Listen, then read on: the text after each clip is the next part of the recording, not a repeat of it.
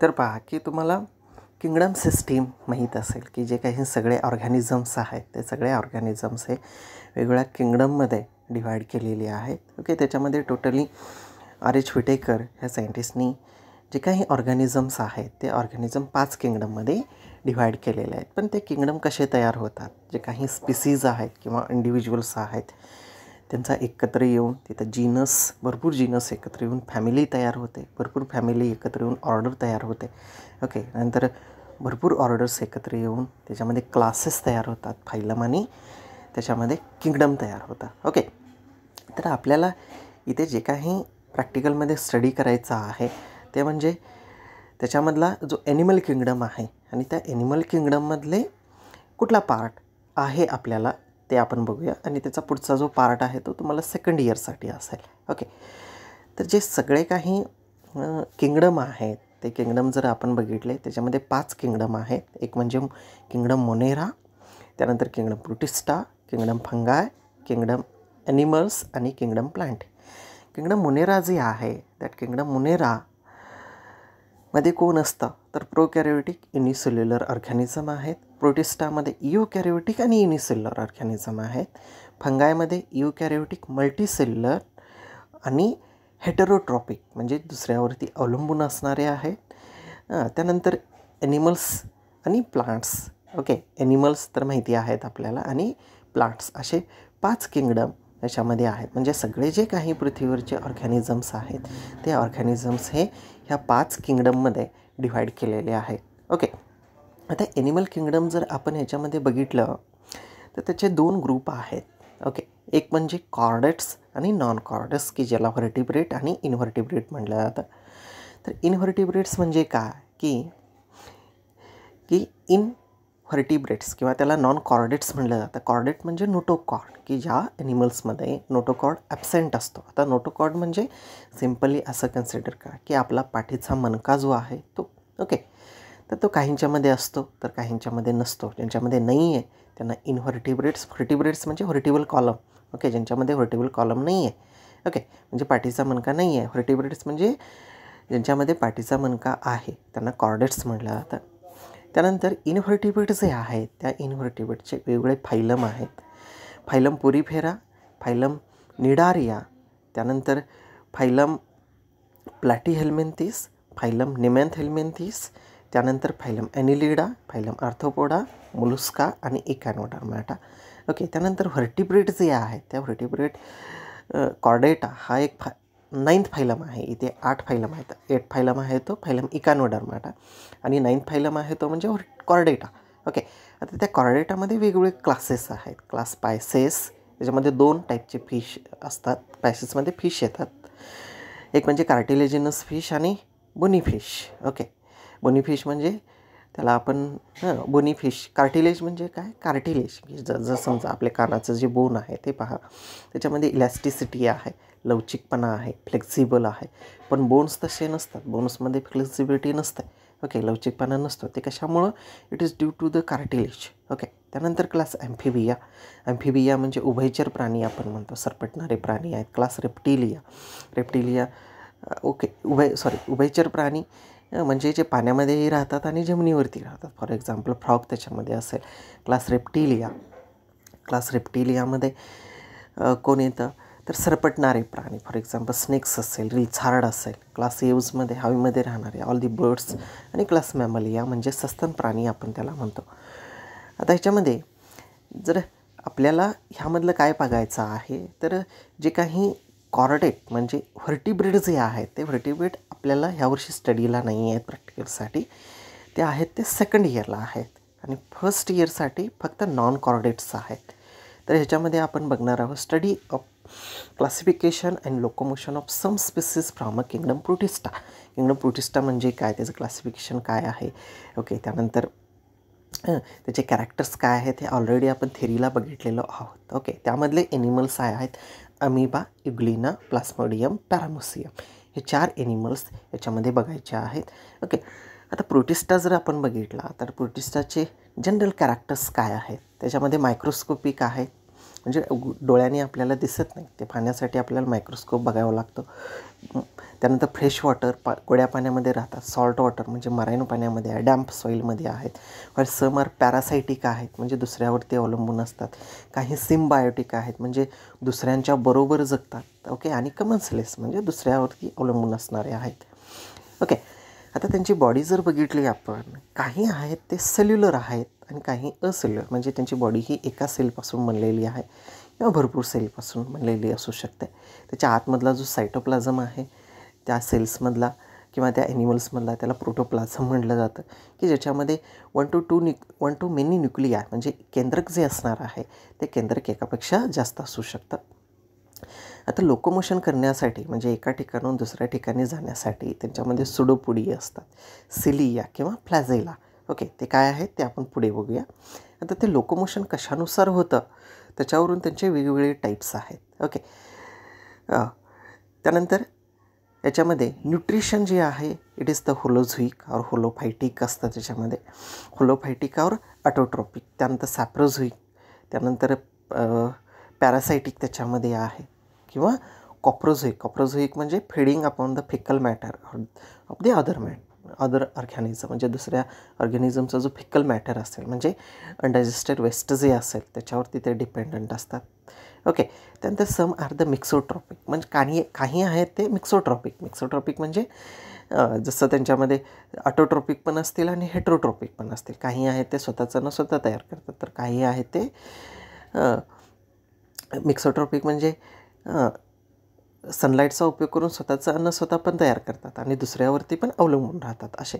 Okay, respiration आणि excretion होणं हे जनरल बॉडी सरफेसद्वारे होतं त्याच्यामध्ये. त्यानंतर फ्रेश वॉटर जे आहे त्याच्यामध्ये वॉटर आणि सॉल्ट बॅलन्स जो असतो पाण्यामध्ये राहत असताना तो सगळ्यात महत्त्वाचा आहे मेंटेन करणं.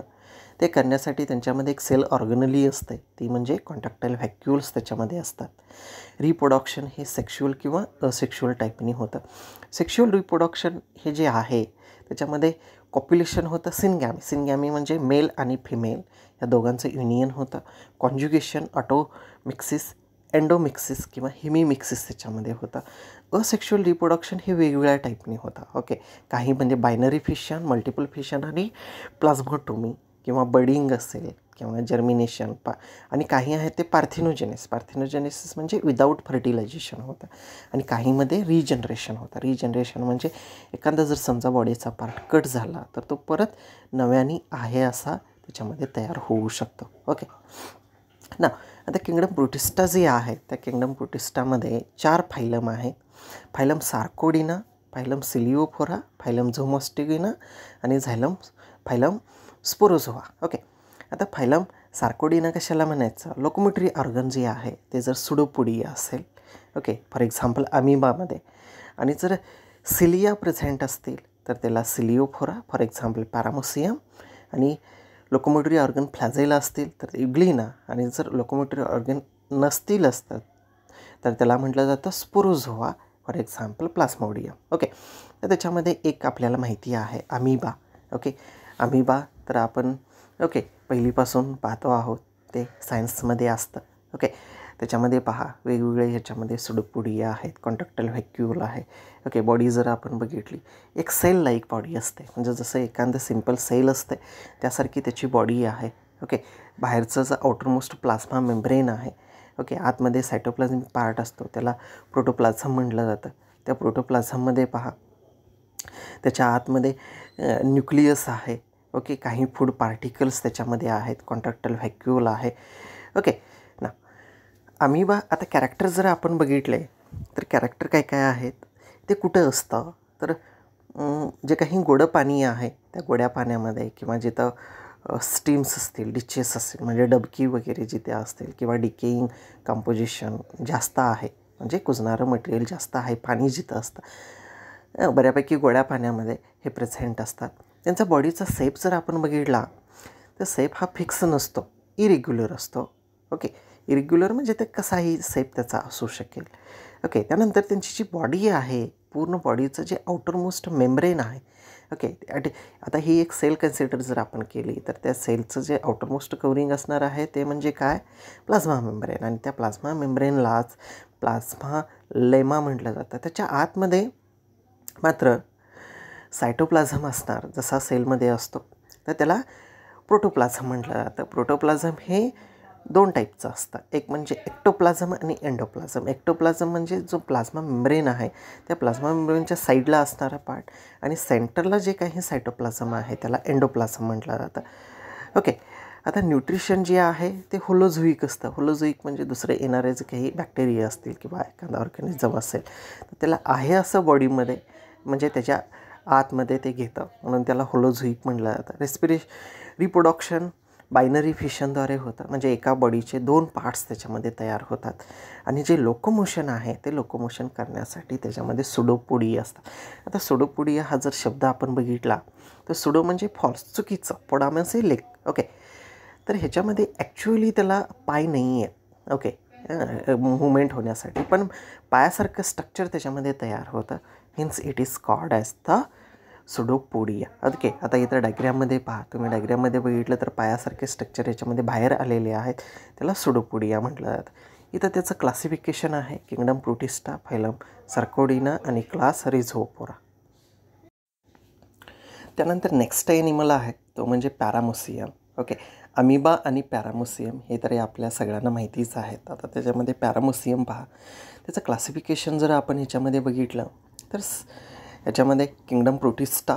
ओके. त्यानंतर फायलम सिलिओफोरा. सिलिओफोरा का म्हणायचं, कारण त्याच्या बॉडीच्या वरती काय आहेत, सिलिया आहेत. ओके. त्यानंतर क्लास सिलिएटा. ओके. त्याच्यामध्ये सिलिया जे आहे ते सिलिया त्याच्या थ्रूआउट द लाईफ, म्हणजे जी त्याच्यामध्ये ज्या सिलिया आहेत त्या थ्रूआउट द लाईफ असणार आहेत. ओके ना. आता याच्यामध्ये पहा, अमिबा जर आपण बघितला तर त्या अमिबामध्ये त्याचा जो सेप असतो, तो सेप जो आहे it is a slipper shaped. Okay. जसं आपलं स्लीपर असतं पहा, किंवा पायाचा फुटप्रिंट असतं, त्या फुटप्रिंटसारखं ते स्ट्रक्चर दिसतं. ओके. म्हणून त्याला स्लीपर सेप्ड म्हटलेलं आहे. आता हा जो ॲनिमल आहे it is the single celled. Okay. Single cell, ही मोठी जी दिसते ती एकच सेल आहे. ओके. आता ह्याच्यामध्ये पहा की, तर इथे जर आपण एक बघितलं, इथे खोल आहे पहा. ओके. नाव this is the one hole. It is known as oral groove, की त्याला माउथ म्हटलं जातं. ओके. त्यानंतर ही पूर्ण जी बॉडी आहे त्या बॉडीच्या सराउंडिंग, ओके, ही एक सेल आहे, त्या पूर्ण बॉडी जी सराउंड झालेली आहे इट इज नथिंग, जे सराउंडिंग जे मेम्ब्रेन आहे तर त्याला म्हटलं जातं it is known as plasma membrane. पण that plasma membrane it is known as the pellicle. तर ह्याच्यामध्ये त्याला म्हटलं जातं पेलिकल. ओके. त्यानंतर याच्यामध्ये पहा की जी पूर्ण बॉडी आहे ती बॉडीच्या सरफेसवरती there is presence of hair like structure, की ज्याला सिलिया म्हटलं जातं. ओके. आणि सिलियाचा जो बेस असतो, म्हणजे त्याचा आतमध्ये जिथं बेस असेल, ओके, तिथे असणारा जो बेस, म्हणजे सिलिया जिथून ओरिजिनेट होतात, म्हणजे हेअर लाईक स्ट्रक्चर जिथं ओरिजिनेट होतं त्याचा जो बेस असतो त्या बेसला म्हणायचं ट्रायकोसिस्ट. ओके.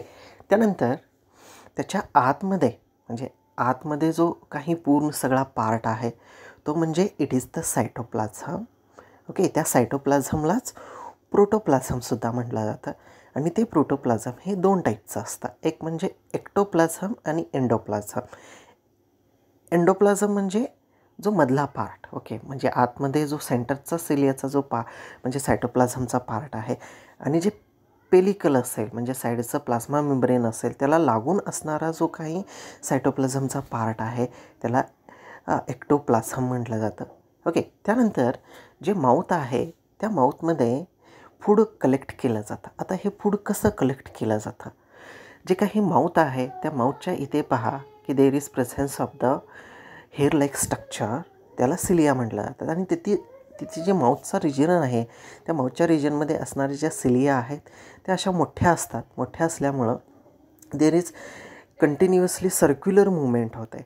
सर्क्युलर मुवमेंट झाल्यामुळं वॉटरचा एक असं सर्क्युलर करंट तयार होतो, म्हणजे जसा भोवरा तयार होतो पहा.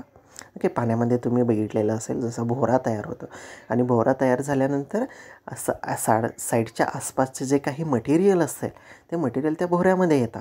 ओके. तशाच पद्धतीनं इथं सर्क्युलर मोशनमध्ये वॉटरची मुवमेंट होते, त्यामुळं साईडचं जे काही फूड पार्टिकल्स असतील त्या वॉटरच्या सर्क्युलर मुवमेंटमध्ये येतात आणि ते वॉटर हे ओरल ग्रूव्हमध्ये घेतलं जातं आणि त्यामधले जे काही फूड पार्टिकल्स आहेत ते फूड पार्टिकल्स हे सायटोप्लाझममध्ये ट्रान्सफर केले जातात. ओके, फूड पार्टिकल हे सायटोप्लाझममध्ये ट्रान्सफर केल्यानंतर तिथे काय होतं तर जे काही फूड आहे त्या फूडच्या सराउंडिंग एक असं बॉडी तयार होते किंवा व्हॅक्युअल तयार होतं, स्पेस तयार होते. त्याला इथे पहा फूड व्हॅक्युअल फॉर्मेशन आणि तिथं फूडचं व्हॅक्युअल तयार होतं आणि जे काही फूड व्हॅक्युअल आहे ते फूड व्हॅक्युअल हे पूर्ण सायटोप्लाझममध्ये इकडे जर तुम्ही बघितलं असं ते मूव्ह होत जातं की त्याच्यामध्ये डायजेशन होतं, म्हणजे त्याचं ब्रेकडाऊन होतं.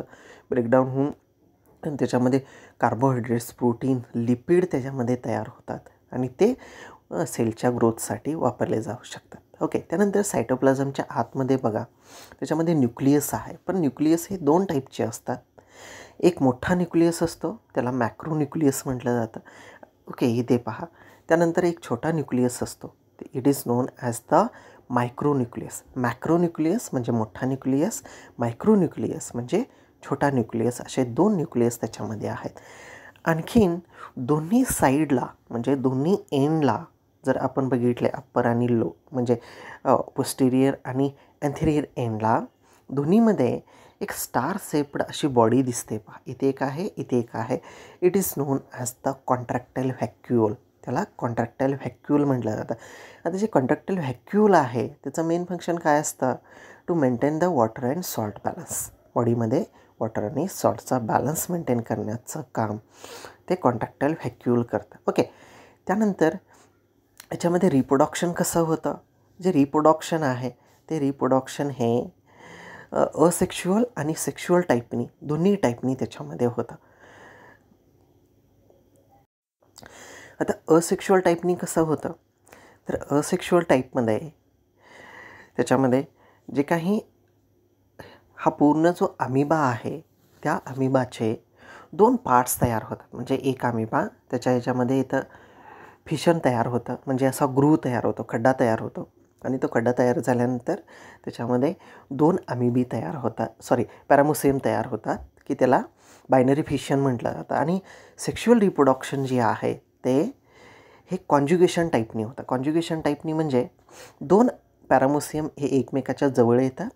जवळ आल्यानंतर त्या दोघांची बॉडी जी आहे, फॉर एक्झाम्पल इथे हा दुसरा अमिबा आला, दुसरा अमिबा, हे दोन्ही एकमेकाला जॉईन होतात. जॉईन झाल्यानंतर त्याचा हा मोठा न्यूक्लियस आणि छोटा न्यूक्लियस या दोघांचे मोठे आणि छोटे न्यूक्लियस एकमेकांमध्ये एक्सचेंज केले जातात. ओके, अशा टाईपने त्यांच्यामध्ये सेक्शुअल रिप्रोडक्शन जे आहे ते सेक्शुअल रिप्रोडक्शन हे त्याच्यामध्ये होतं. ओके, त्यानंतर याच्यामध्ये जे काही पॅरामोसियम आहे तो पॅरामोसियम हा ऑटोट्रॉपिक नाही आहे, हेटरोट्रॉपिक आहे. ओके, हे जे काही त्याचे कॅरेक्टर्स आहेत ते कॅरेक्टर्स ह्याच्यामध्ये लक्षात ठेवा. ओके,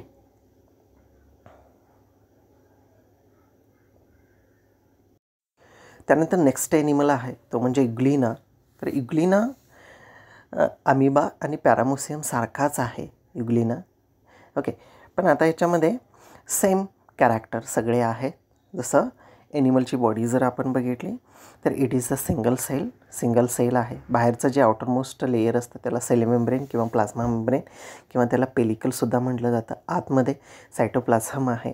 ओके, त्याचबरोबर आता सगळ्यात महत्त्वाचं म्हणजे त्याच्यामध्ये 2 एक स्पेशालिटी ह्या इग्लिनामध्ये आहेत. ओके, अमिबा आणि पॅरामोसियमच्या कंपेयर.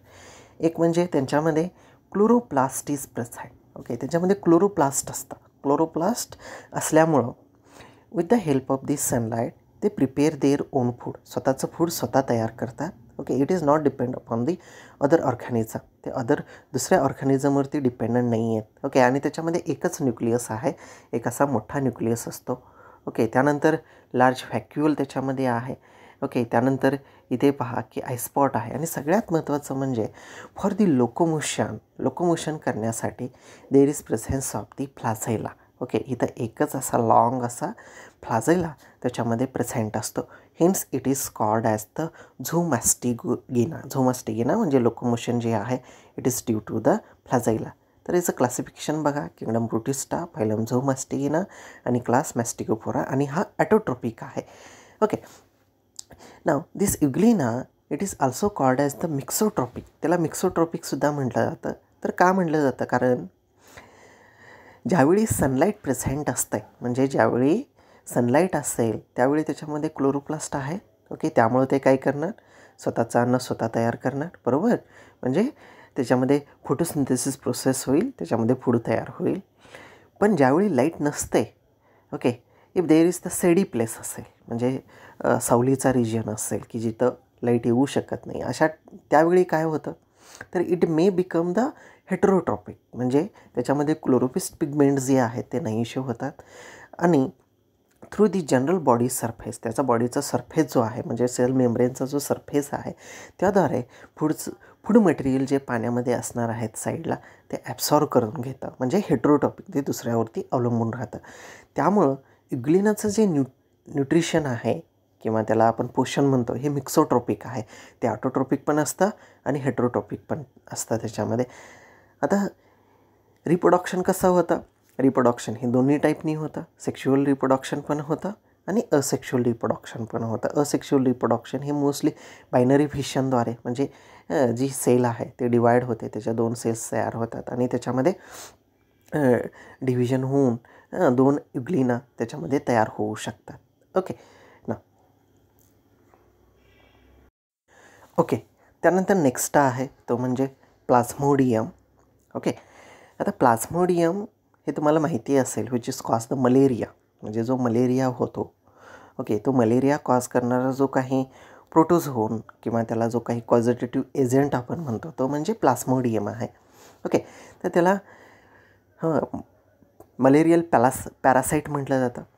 आता ह्याची जी लाईफसायकल आहे, ती लाईफसायकल ही फक्त, आता आपल्याला एक माहीत असेल जनरल की मलेरिया कधी होतो, की ज्यावेळी आपण काय म्हणतो, डास चावले, ओके, मॉस्किटो चावले किंवा बाईट केले, तर त्यामुळं मलेरिया होतो. ओके, त्यामुळं डास चावल्यामुळं मलेरिया नाही होत. ओके, आता नॉर्मली पहा की आपल्याला भरपूर हे मॉस्किटो बाईट करत असतात, पण प्रत्येक बाईट केला म्हणजे तिथं काय मलेरिया होतो का? नाही होत. म्हणजे बाईट केला म्हणजे मलेरिया होतो असं नाही. तर बाईट करत असताना त्या जो काही मॉस्किटो असेल, त्या मॉस्किटोच्या बॉडीमध्ये तो मलेरियल पॅरासाईट म्हणजे कोण? प्लाझ्मोडियम असेल तर तो काय होणार आहे? मलेरिया कॉज करणार आहे. ओके, आता याच्यामध्ये मॉस्किटो जर आपण बघितले तर 3 टाईपचे मॉस्किटो असतात. एक म्हणजे अनाफिलस, क्युलेक्स आणि एडिस. ओके, एडिस इजिप्ती म्हटलं जातं. एडिस कसं ओळखणं सोपं आहे, कारण त्याचा जो पोटाचा पार्ट असतो त्याच्यावरती असे पठ्ठे असतात पहा. ओके, काळे पठ्ठे असतात, तो म्हणजे एडिसचा. ओके, त्याच्यामुळे डेंग्यू होऊ शकतो. आणि क्युलेक्स आहे आणखी एक, तो आपल्या बॉडीवरती बसत असताना जर 40 डिग्रीचा अँगल होत असेल, ओके, 45 किंवा 40 डिग्रीचा अँगल होत असेल, असा तिरका बसत असेल तर तो क्युलेक्स असतो. आणि अनाफिलस कशी ओळखली जाते? तर बॉडीवरती बसत असताना असे स्ट्रेट म्हणजे 90 डिग्रीमध्ये जर बसत असेल तर त्याला अनाफिलस म्हटलं जातं. आता हे मॉस्किटोसुद्धा 2 टाईपचे असतात, मेल आणि फिमेल सेपरेट असतात. आणि त्यामधली जी काही फिमेल असते ती फिमेल ही ब्लडवरती डिपेंडंट असते. ओके, कारण जो मेल असतो तो मेल हा ब्लड घेत नाही, ब्लड त्याला लागत नाही. तर मेल जो असतो तो काही फ्रूट ज्यूस असेल किंवा बाहेर किंवा प्लांट ज्यूस जो असेल, त्या पानं जी असतात त्या पानामध्ये असणारा ज्यूस जो असतो, कोळी पानं असतात, ते खाऊन तो जगतो. पण फिमेल जी असते ते डेंजर असते. फिमेल ती ब्लडवरती डिपेंडंट असते. ती मॅमलियन ब्लड, म्हणजे काय फक्त ह्युमनसचं ब्लड इथे असं नाही आहे. तर जे काही काऊ असेल किंवा कॅटल्स असतील पहा, किंवा अदर काही मॅमलियन ॲनिमल जे आहेत, ओके, किंवा बर्ड्ससुद्धा असू शकतात त्याच्यामध्ये, की जे ब्लड ज्यांच्यामध्ये प्रेझेंट आहे त्यामधलं ते ब्लड घेऊ शकतात. ओके, आता इथे पहा की पण हा जो प्लाझ्मोडियम आहे, त्या प्लाझ्मोडियमची पूर्ण लाईफसायकल होण्यासाठी 2 होस्ट लागतात. ओके, ते दोघांच्या बॉडीमध्ये ग्रो होतं. एक म्हणजे त्याला ह्युमनची बॉडी पण लागते आणि मॉस्किटोची बॉडी पण लागते. कारण मॉस्किटोच्या बॉडीमध्ये त्याची हाफ लाईफसायकल कंप्लीट होते, म्हणजे त्याचं निम्मं आयुष्य कंप्लीट होतं. आणि पूर्ण आयुष्य कंप्लीट करण्यासाठी त्याला ह्युमन पण पाहिजे, म्हणजे ह्युमन पण पाहिजे आणि त्याला मॉस्किटो पण पाहिजे. जर दोन्ही होस्ट जर मिळाले तरच त्याची प्लाझ्मोडियमची पूर्ण लाईफसायकल आहे ती पूर्ण लाईफसायकल त्याच्यामध्ये कंप्लीट होते. आता ह्याच्यामध्ये जे काही ह्या प्लाझ्मोडियम जे आहेत ते प्लाझ्मोडियम आपण जर बघितले त्याच्यामध्ये वेगवेगळ्या स्टेजेस आहेत. ते तुम्हाला 12वीला झालेलं आहे पहा. ह्युमन हेल्थ अँड डिसीजचा चॅप्टर होता, त्यामध्ये मलेरिया होता. Okay, transmission of the malaria आणि त्याची लाईफसायकल त्याच्यामध्ये होती पहा. ह्युमन आणि ह्याच्यामध्ये कसं ट्रान्सफर केलं जायचं ते. ओके, आता इथे मोस्टली ज्यावेळी प्लाझ्मोडियम हा आपल्या बॉडीमध्ये येतो तो सगळ्यात पहिल्यांदा अटॅक करतो तो म्हणजे आपल्या बॉडीमध्ये असणाऱ्या इरिथ्रोसाइट्स, म्हणजे त्याला आपण रेड ब्लड सेल्स म्हणजे तांबड्या पेशी म्हणतो. आणि त्याच्यामध्ये तिथे एक त्याची स्टेज तयार होते, it is known as schizogamy. त्या ब्लडमधून it is transfer to the लिव्हरमध्ये ट्रान्सफर होतं. तिथं ट्रोपोझोइट्स फॉर्म होतात आणि ते लिव्हरमधून it is transfer to the central vacuole. त्यानंतर ते त्याच्यामध्ये वेगवेगळे चेंजेस होतात आणि चेंजेस झाल्यानंतर त्याच्यामध्ये स्पोर्स तयार होतात आणि ते स्पोर्स जे आहेत ते आपल्या ब्लडमध्ये येतात. ओके, आणि ज्यावेळी मॉस्किटो हा आपल्या बॉडीला बाईट करेल, म्हणजे जर समजा एखादा हे मलेरियल पॅरासाईट बॉडीमध्ये येऊन त्याचे स्पोर्स तयार झाले आणि ते ब्लडमध्ये आले आणि दुसऱ्या मॉस्किटोनं ते बाईट केले आणि ते स्पोर्स घेतले तर ते मॉस्किटोमध्ये जातात आणि त्याच्यामध्ये थोडी डेव्हलपमेंट होते.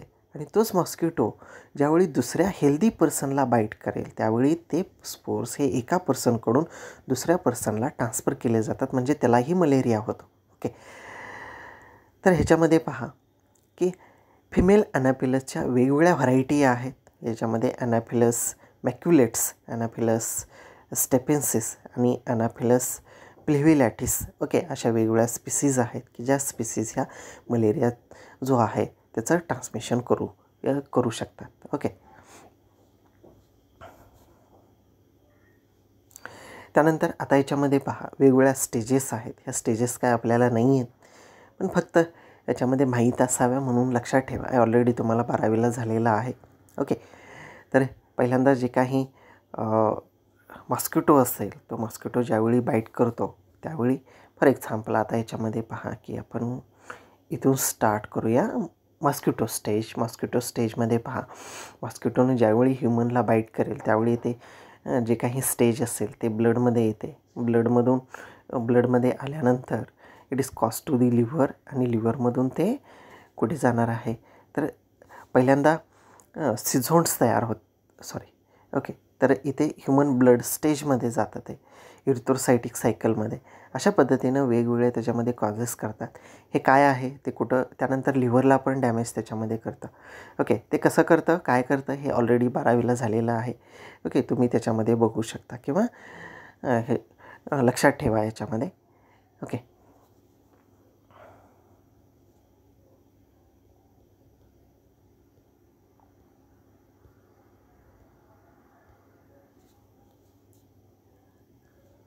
ओके, त्यानंतर study of the locomotion. Okay, आता अमिबा असेल, पॅरामोसियम असेल किंवा इग्लिना असेल त्यांच्यामध्ये लोकोमोशन कसं होतं म्हणजे मुवमेंट कशी होते ते आपल्याला ह्याच्यामध्ये बघायची आहे. तर त्याच्यामध्ये वेगवेगळे मुवमेंट आहेत. त्याच्यामुळे वेगवेगळ्या सायंटिस्टनी वेगवेगळे याच्यामध्ये थेरीज मांडलेले आहेत. For example contraction theory. Okay, हे अमिबाच्या बाबतीत मांडलेली आहे. कॉन्ट्रॅक्शन थेरी म्हणजे काय, जो अमिबा फक्त लक्षात ठेवा की याच्यामध्ये डिटेलमध्ये काही लक्षात ठेवण्याची गरज नाही आहे.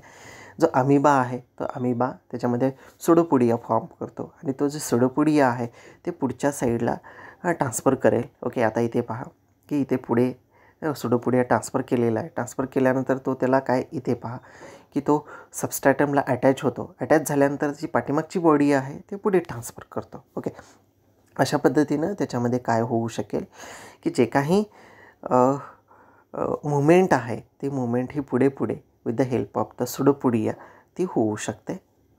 ओके, त्यानंतर adhesion theory. According to this theory locomotion perform by the adhesive similar to the drop of water which spread regularly uneven glass plate.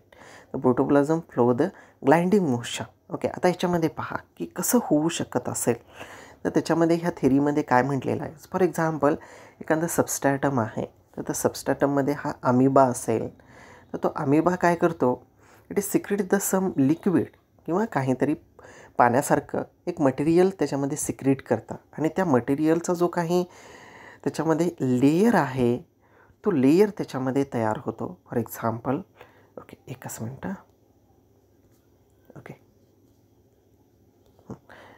आता याच्यामध्ये पहा की फॉर एक्झाम्पल हा एक सरफेस आहे. त्या सरफेसमध्ये हा अमिबे असेल तर तो पहिल्यांदा मूव्ह होत असताना त्याच्यावरती एक फ्लुईड सिक्रेट करतो. त्या फ्लुईडचा असा लेयर तयार होईल आणि लेयर तयार झाल्यानंतर त्याच्यावरती ग्लाइंड करून तो पुढे पुढे जाऊ शकत असेल असं त्या थेरीमध्ये सांगितलेलं आहे.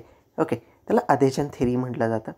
त्यानंतर पॅरामोसियम जे आहे ते पॅरामोसियम हे it is movement by the ciliary movement. Okay with the help of the सिलियाद्वारे होतं त्यामुळं सिलियरी मुवमेंट होते.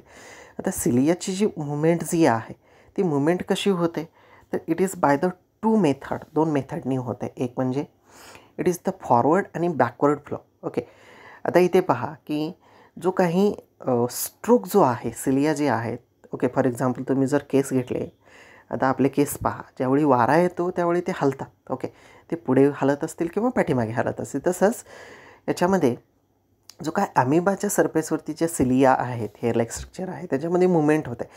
ती मुवमेंट ही दोन पद्धतीने होते. एक म्हणजे फॉरवर्ड स्ट्रोक आणि रिकव्हरी स्ट्रोक. फॉरवर्ड स्ट्रोक म्हणजे आता याच्यामध्ये पहा ते पहिल्यांदा पुढे जातात म्हणजे पुढे झुकतात आणि त्यानंतर ते परत पाठीमागे येतात. ओके पुढे पाठीमागे अशा पद्धतीने त्याच्यामध्ये मुवमेंट होते. त्यामुळं अमिबा हा एका स्ट्रेट लाईनमध्ये कधीही जाऊ शकत नाही. ओके इथे तुम्ही जर बघितलं तर इथे पहा डायरेक्शन जर आपण बघितली तो इकडून इकडे चालतो आहे पण तो जात असताना एका डायरेक्शननी त्याला मूव्ह नाही करता येणार.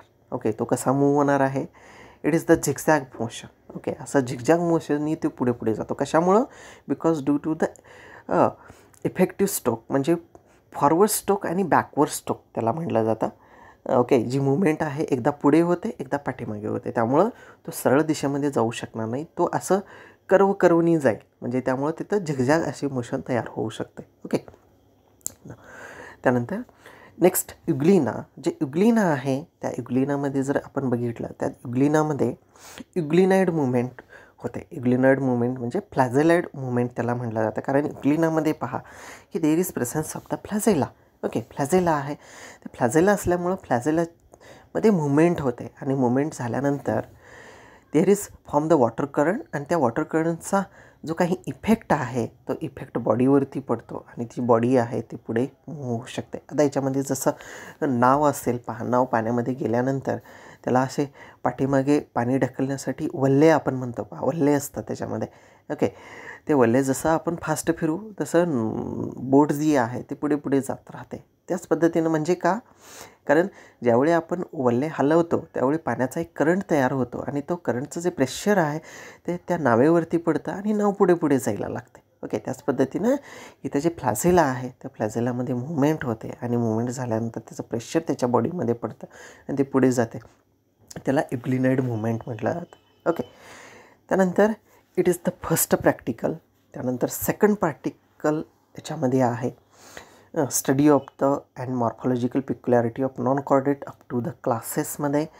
ओके तर ह्याच्यामध्ये पहा जो पहिला फायलम आहे तो म्हणजे फायलम पुरीफेरा. ओके आता पुरीफेरा हा जो वर्ड आहे हे आपण फर्स्टली आपण थेरीला हे आपण बघितलेलं आहे त्याचे कॅरेक्टर्स काय काय आहेत. आता पुरीफेरा कशाला म्हणायचं त्याच्यामध्ये दोन वर्ड्स आहेत. एक म्हणजे पुरी आणि फेरा. पुरी means it is the pores. Okay pores आपण त्याला म्हणतो पोर्स बिरिंग ॲनिमल. फेरा म्हणजे बिरिंग. ओके की ज्यांच्या बॉडीच्या सरफेसवरती पोर्स प्रेझेंट आहेत.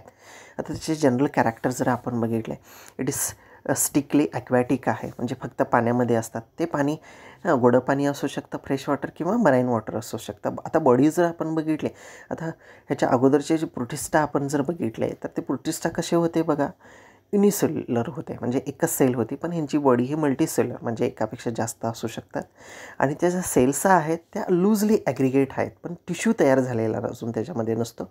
डिप्लोब्लास्टिक म्हणजे त्याच्यामध्ये जे जर्म लेयर्स आहेत ते दोनच असतात. एक एक्टोडर्म आणि एंडोडर्म त्याच्यामध्ये प्रेझेंट असतात आणि त्या दोन लेयरच्यामध्ये एक मध्ये जिलॅटिनस लेयर असतं त्याला मिसोग्लिना म्हटलं जातं.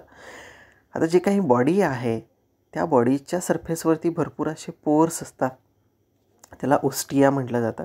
जे स्केलेटन आहे, स्केलेटन म्हणजे सपोर्टिव्ह स्ट्रक्चर. जसं आपल्या बॉडीमध्ये बोन्स आहे, त्याच्यामध्ये बोन्स नसतात, तर त्याच्यामध्ये फायबर लाईक स्ट्रक्चर असतं आणि निडल लाईक स्ट्रक्चर असतं. त्याला स्पंजिन फायबर आणि स्पिक्युल्स म्हटलं जातं. रिप्रोडक्शन हे सेक्शुअल आणि असेक्शुअल दोन्ही टाईपनी होतं. आता याच्यामध्ये वेगवेगळे क्लासेस आहेत. क्लास कॅल्कॅरिया, क्लास हेक्साटॅनिलिडिया आणि त्यानंतर डेमास्पॉन्जिया, असे वेगवेगळे त्याच्यामध्ये क्लासेस प्रेझेंट आहेत. त्याच्यामध्ये किंगडम तर पहा, याच्यामध्ये आपल्याला 2 बघायचे आहेत. एक म्हणजे पोरीफेरा म्हणजे pores bearing animal. Kingdom classification जर आपण बघितलं, किंगडम ॲनिमालिया, ॲनिमालिया का म्हणायचं आहे, eukaryotic multicellular without cell wall आहे. त्याच्यामध्ये फायलम पोरीफेरा म्हणजे पोर्स बेरिंग ॲनिमल आहेत. ओके, त्याचे 2 क्लास आपल्याला बघायचे आहेत आणि त्याचे 3 ॲनिमल म्हणजे सायकॉन, हायलोनेमा आणि युप्लेक्टेला. ओके, क्लास कॅल्कॅरिया म्हणजे ज्याच्यामध्ये स्पिक्युल्स प्रेझेंट असतात आणि क्लास हेक्साटॅनिलिडा, ओके, ज्याच्यामध्ये स्पिक्युल्स हे सिलिसियस म्हणजे सिलिकॉनपासून बनलेले स्पिक्युल्स त्याच्यामध्ये प्रेझेंट असतील. हायलोनेमा, युप्लेक्टेला ते त्याचे एक्झाम्पल आहे आणि कॅल्कॅरियाचे it is the example of the Sycon. Okay, तो सायकॉन हा एक्झाम्पल आहे. ओके, तर हे जे काही ॲनिमल्स आहेत, सायकॉन, हायलोनेमा आणि युप्लेक्टेला, ते आपण नेक्स्ट प्रॅक्टिकलला ते बघणार आहोत. तर इथंपर्यंतचा जो पार्ट आहे तो आपण याच्यामध्ये लक्षात ठेवा आणि जे काही जनरल रायटिंग असतील ते व्हॉट्सअपच्या ग्रुपला जॉईन व्हा. तुम्हाला लिंक पाठवली जाईल. जॉईन झाल्यानंतर ते व्यवस्थितपणे तुम्ही सगळे जे आहे ते लिहून काढा. ओके, इथे थांबूया आपण. राहिलेला पार्ट आपण नेक्स्ट प्रॅक्टिकलला बघूया.